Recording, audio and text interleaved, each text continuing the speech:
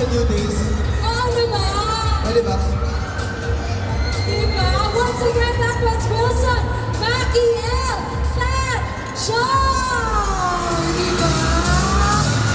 Grabe, sinong nakasunod sa journey nila nung Dream Chasers pa lang sila? Oh, diba? It's so nice to see them again na iniikot ang malls, diba? Please say one more hi sa mga supporters niyo. May ano ba kayo yung 3, 2, 1, yung 3, 2, 1 again para sa mga fans. Okay, let's go. Go! 3, 2, What's up, New Days?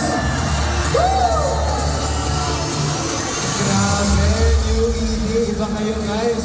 May tanong lang ako at saka, of course, marami kayong supporters here. And ano yung ma-advise niyo sa mga, sino po yung leader ng group natin? Yes! O sino yung yan. Sila! May tanong lang ako sa'yo bro, ano yung mga ma-advise niyo sa mga gustong maging part ng isang boy group?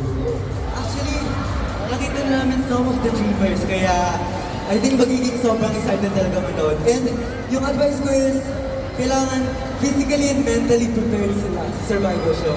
Kasi sobrang hirap na task yung sumali sa survival show. Grabe, congratulations to you! Ngayon, Tatlan, dito ka na, di ba? Performing once again, but with New Year. Di ba?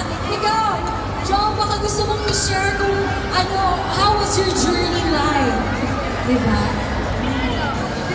Yung journey namin ano talaga, sobrang pinaghirapan po talaga namin. And masasabi ko na worth it lahat dahil nakikita namin kayo ngayon na sumusuporta sa akin. Like, kasi ko naman. Yeah. Thank you so much. Ano yung message naman bro? Kanina pa kita nakita namin yung kinakawayan bro. Anong message mo para sa kanila? To every single one of you, thank you so much. New Days, we love you so much. Thank you for always supporting us.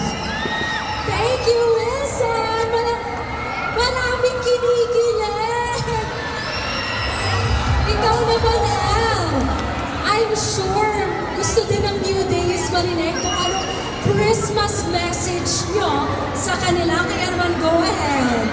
Ayan, sa mga lahat po na pumunta po ngayon, and ayun, para po supportahan po yung tinig ng Pasko, and of course, New Eden Horizon.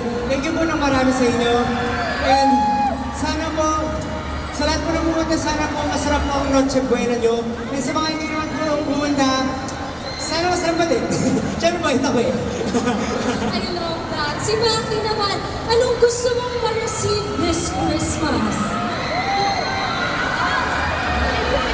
Sabihin na lang po, maging successful po kami, tapos tanggapin po ng maraming.